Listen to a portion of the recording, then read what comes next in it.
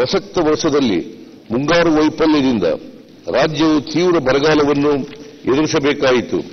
ಇದರಿಂದ ಕೃಷಿ ಕ್ಷೇತ್ರವು 1.8ರಷ್ಟು ಸ್ಥಿರ ಬೆಲೆಗಳಲ್ಲಿ ಋಣಾತ್ಮಕ ಬೆಳವಣಿಗೆ ಹೊಂದಿದೆ.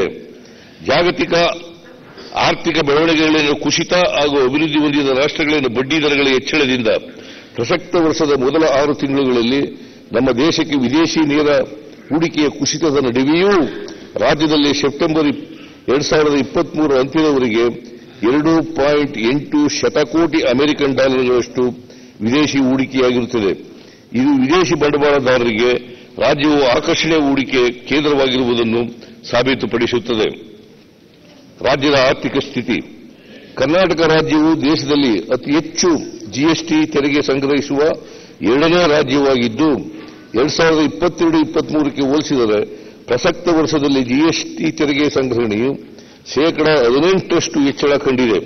ಸ್ವಂತ ತೆರಿಗೆ ರಾಜಸ್ವವು ಹಿಂದಿನ ವರ್ಷಕ್ಕೆ ಹೋಲಿಸಿದರೆ 23-24ರಲ್ಲಿ 12% ಬೆಳವಣಿಗೆಯನ್ನು ಸಾಧಿಸಲಿದೆ.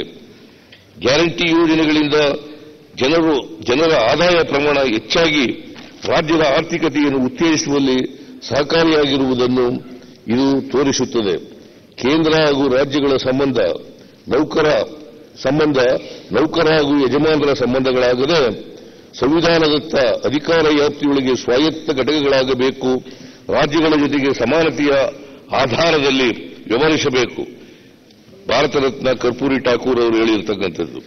ಸರಕು ಮತ್ತು ಸೇವಾ ತೆರಿಗೆಯನ್ನು ಪರಿಚಯಿಸುವ ಮೂಲಕ ರಾಜ್ಯಗಳ ತೆರಿಗೆ ಸಂಗ್ರಹಣೆಯು 14% ಬೆಳವಣಿಗೆ ಹೊಂದಲಿದ್ದು, ಒಂದು ವೇಳೆ ಅಂದಾಜಿಗಿಂತ ಕಡಿಮೆ ಸಂಗ್ರಹವಾದಲ್ಲಿ ಕೇಂದ್ರ ಸರ್ಕಾರದಿಂದ ಪರಿಹಾರ ನೀಡುವುದಾಗಿ ರಾಜ್ಯ ಸರ್ಕಾರಗಳಿಗೆ ಭರವಸೆ ನೀಡಲಾಗಿತ್ತು.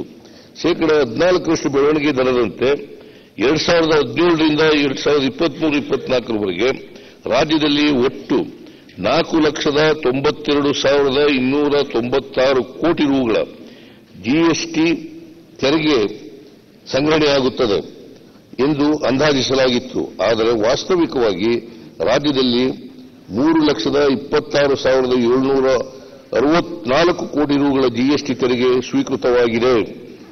ಜಿಎಸ್ಟಿ ತೆರಿಗೆ ಸಂಗ್ರಹಣೆಯಲ್ಲಿನ ಕೊರತೆ 1,65,532 ಕೋಟಿ ರೂಗಳಿಗೆ ಎದುರಾಗಿ ಕೇಂದ್ರ ಸರ್ಕಾರವು ರಾಜ್ಯಕ್ಕೆ ಕೇವಲ 1,06,258 ಕೋಟಿ ರು ಪರಿಹಾರವನ್ನು ಮಾತ್ರ ಬಿಡುಗಡೆ ಮಾಡಿದೆ.